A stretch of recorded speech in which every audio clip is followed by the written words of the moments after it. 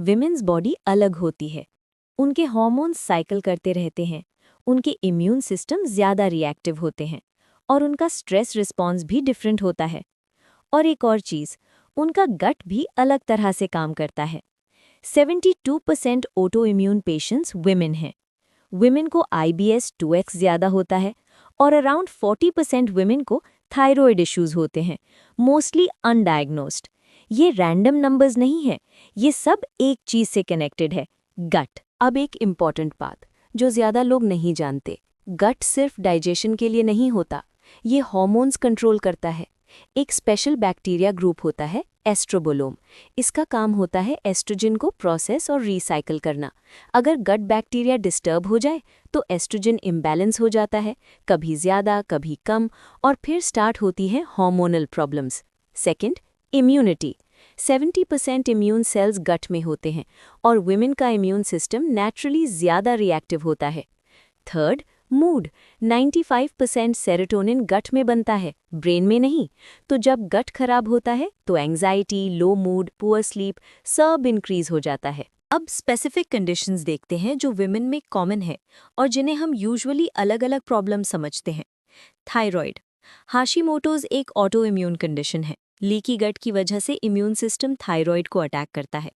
PCOS। Gut bacteria diversity कम होती है, insulin resistance बढ़ता है, हार्मोन्स डिस्टर्ब होते हैं। एंडोमेट्रियोसिस। गट ईस्ट्रोजन को प्रॉपर्ली क्लियर नहीं करता, excess oestrogen, tissue growth. Anxiety और depression. Low serotonin production, mood issues. ये सिर्फ मेंटल नहीं, बायोकेमिकल है। IBS। हार्मोन्स गट मूवमेंट और पेन सेंसिटिविटी को अफेक्ट करते हैं, इसलिए सिम्टम्स साइकिल के साथ चेंज होते हैं। मतलब ये सब अलग डिजीजेस नहीं हैं, ये एक ही रूट प्रॉब्लम के डिफरेंट आउटकम्स हैं। बॉडी हमेशा सिग्नल्स देती है, बस हम इग्नोर कर देते हैं। अगर आपको ये सिम्टम्स हैं, मील्स के बाद ब्लोटिंग, स्पेशली साइकिल के सेकेंड हाफ में, irregular periods, constant fatigue, mood swings या एंग्जाइटी, चिन या jawline acne, hair thinning, joint pain या स्टिफनेस, शुगर क्रेविंग्स, तो ये नॉर्मल नहीं है। अगर इनमें से 3 या उससे ज़्यादा सिम्टम्स हैं, योर गट नीड्स अटेंशन। आती है सॉल्यूशन की। डॉक्टर सिम्टम ट्रीट करता है, जो ज़रूरी है, बट एक और सवाल है, ये कंडीशन डेवलप क्यों हुई? यहाँ से अप्रोच चेंज होता है। स्टेप 1, राइट बैक्टीरिया को फीड करो।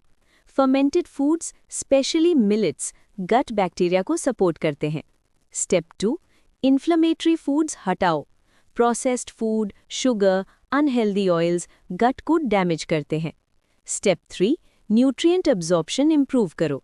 Iron, zinc, magnesium specially women के लिए इंपॉर्टेंट है, बट गट हेल्दी नहीं होगा तो अब्जॉर्ब नहीं होंगे।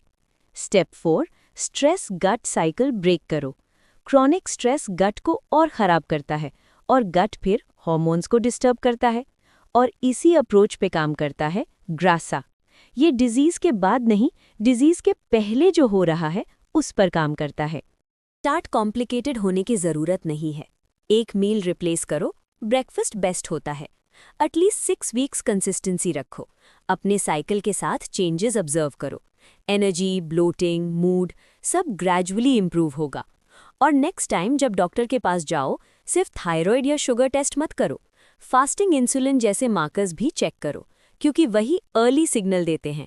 याद रखो, स्टैंडर्ड ट्रीटमेंट डिजीज़ को मैनेज करता है, बट रियल हीलिंग तब होती है जब आप समझते हो प्रॉब्लम शुरू कहाँ से हुई थी।